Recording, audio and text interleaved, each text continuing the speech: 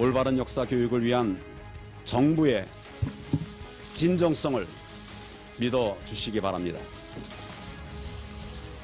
일각에서는 역사 교과서에 국정화로 친일, 독재, 미화의 역사 왜곡이 있지 않을까 우려하기도 합니다. 그러나 그러한 일은 있을 수 없습니다. 성숙한 우리 사회가 이를 용납하지 않을 것입니다. 정부도 그러한 역사 왜곡 시도들에 대해서는 과시하지 않을 것입니다. 박근혜 정부는 집권 3년 차였던 지난 2015년 역사 국정교과서를 밀어붙였습니다.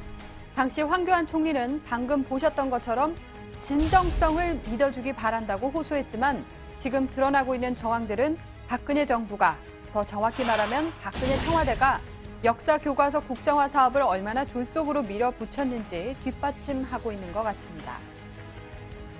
언론 보도에 따르면 행정예고 여론 수렴 마감 날인 2일 찬성 의견서 수만 장이 여의도의 대형 인쇄소에서 대량으로 인쇄되어 오후 11시쯤 정부 세종청사에 배달되었다고 합니다.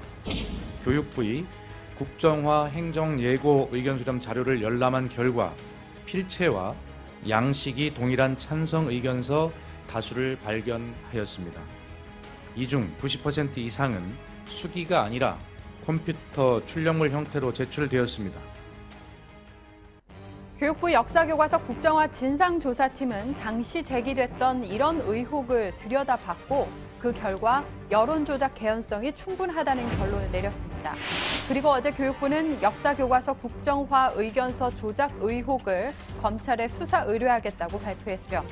지난 2005년 11월 3일 역사교과서 국정화 방침을 공식화했던 교육부는 국정화에 찬성하는 의견이 15만 2,805명, 그리고 반대는 32만 1,075명이라고 밝혔습니다.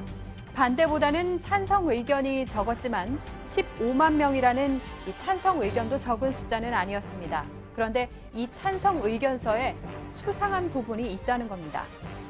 교육부에 보관돼 있는 찬반 의견서는 모두 103박스가 돼 있는데 진상조사팀은 이 가운데 이른바 차떼기 제출 논란이 일었던 의견서를 중점적으로 살펴봤습니다.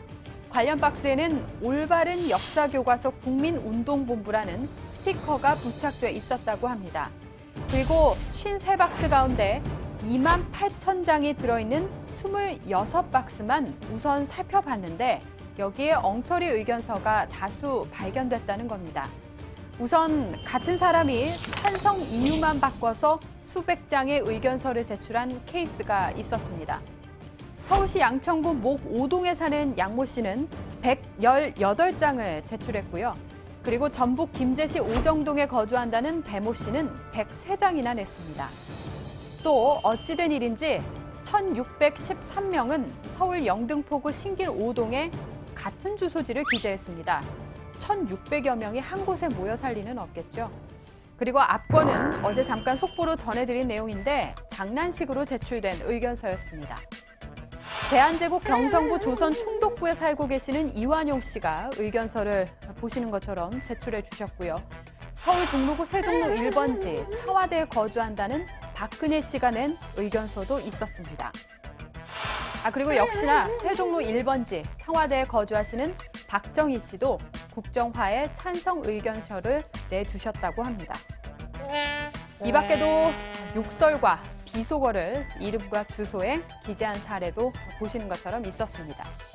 그리고 이른바 차떼기 제출된 의견서를 넘겨받은 교육부 직원들의 증언도 심상치가 않습니다.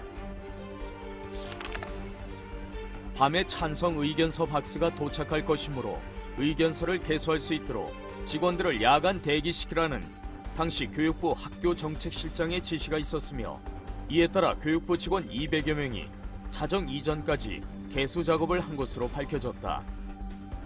자, 이렇게 대량 제출된 의견서들은 과연 어디서 어떻게 온 것인지 이제 검찰이 밝혀야 할 몫입니다.